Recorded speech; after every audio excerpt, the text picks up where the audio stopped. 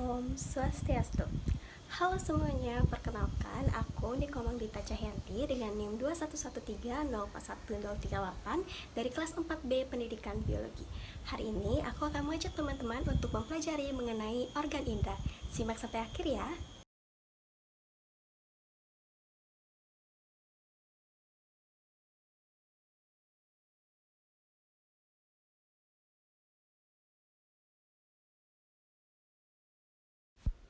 Percobaan dimulai dengan menutup hidung sebelah kanan praktikan dengan kapas, kemudian mata praktikan ditutup. Kemudian, ambil bahan uji yang telah dipotong salah satu sisinya dengan menggunakan tusuk gigi. Dekatkan ke lubang hidung kiri dan tanyakan bau apa yang dibau. Kemudian, catat hasilnya. Setelah itu, posisikan bahan pada sisi yang tidak terpotong dan tanyakan bau apa yang dibau, serta mana yang lebih bau, apakah posisi pertama atau kedua. Kemudian, lakukan perlakuan yang sama menggunakan bahan yang lainnya.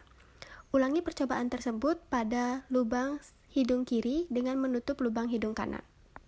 Untuk mengetahui nilai OFT, dekatkan bahan uji pada lubang hidung berkali-kali, kemudian hitung waktu yang diperlukan hingga tidak lagi membawa bahan tersebut. Sedangkan untuk mengetahui ORT, dekatkan kembali bahan uji pada lubang hidung setelah tidak lagi membawi sampai kembali membawi.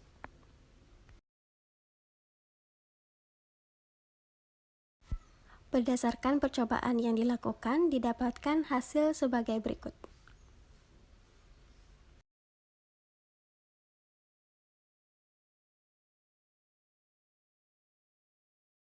Mekanisme kerja saraf olfaktori dimulai ketika bahan kimia tertentu atau molekul aroma terhidup ke dalam hidung. Kemudian, molekul aroma ini akan menempel pada membran mukosa hidung yang mengandung reseptor bau.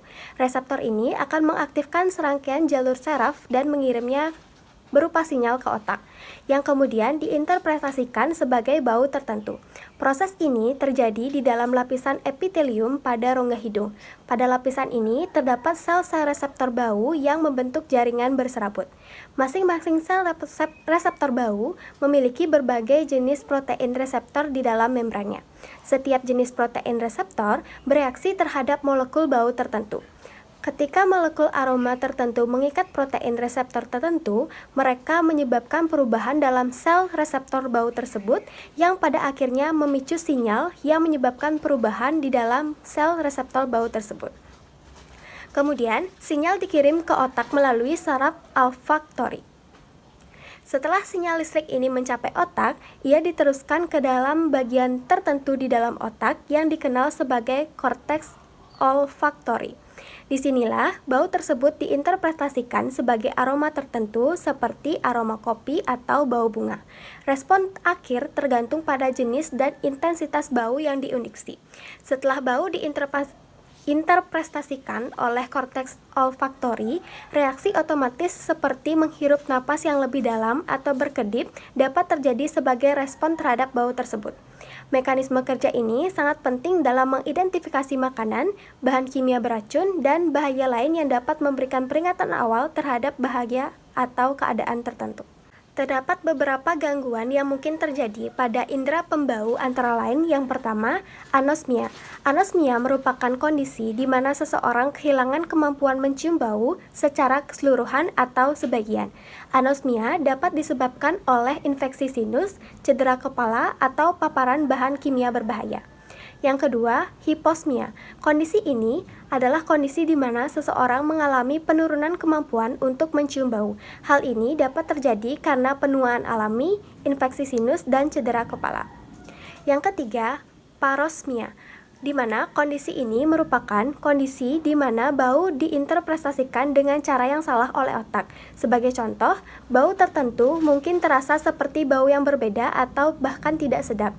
Parosmia ini dapat disebabkan oleh cedera otak, infeksi sinus, dan konsumsi obat-obatan tertentu. Yang keempat, pantosmia. Kondisi ini merupakan kondisi di mana seseorang mencium bau yang sebenarnya tidak ada. Hal ini bisa terjadi pada kondisi medis tertentu seperti migrain atau epilepsi.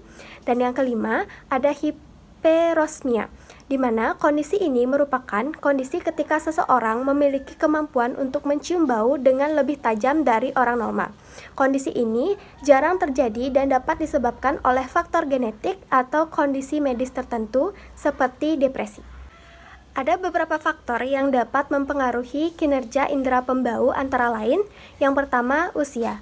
Olfaktori dapat menurun seiring bertambahnya usia, sehingga orang tua cenderung memiliki kemampuan penciuman yang kurang peka dibandingkan dengan orang muda.